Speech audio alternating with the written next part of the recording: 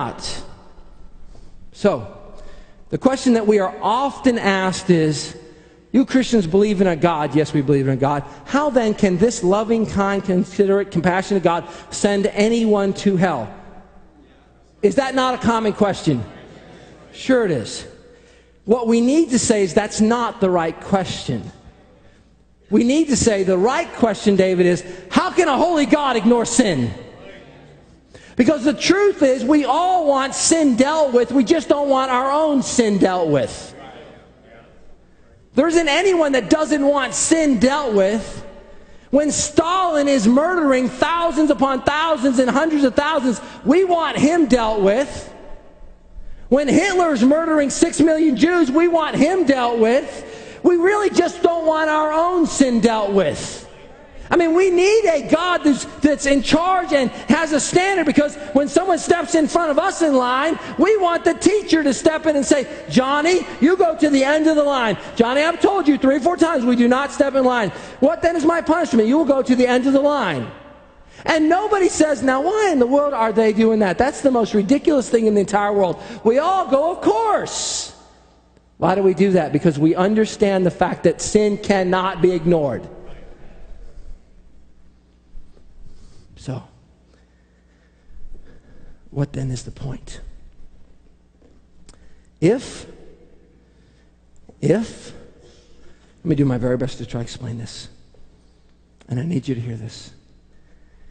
If hell is not that bad of a place, I mean, if it's really not really hot and it's really not cold, if it's not really eternal, or it's not really outer darkness, or if it's kind of like a cool place to spend eternity,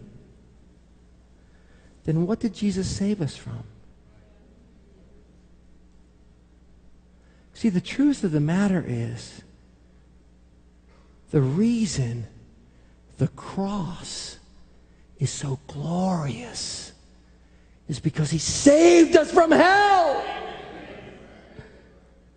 And if hell is not a wicked place and a hellful place and a miserable place, then I don't understand the cross.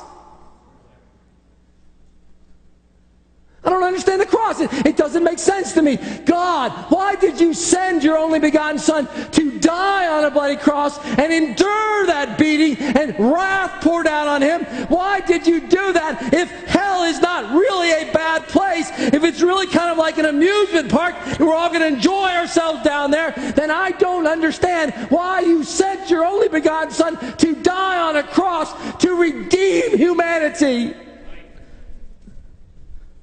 Doesn't make sense. The only way the cross makes sense is if there is a hell to deliver people out of and to take them to a far greater place. If you don't get this, then the entire sermon will not make sense to you. It just won't make sense to you. You'll just sit there and you'll go, I don't agree with that, and that'll be the end of it. But if you believe that there is a hell to be saved from and a heaven to go to, then the bridge, the connection, the mediator, the intercessor, all of a sudden becomes glorious.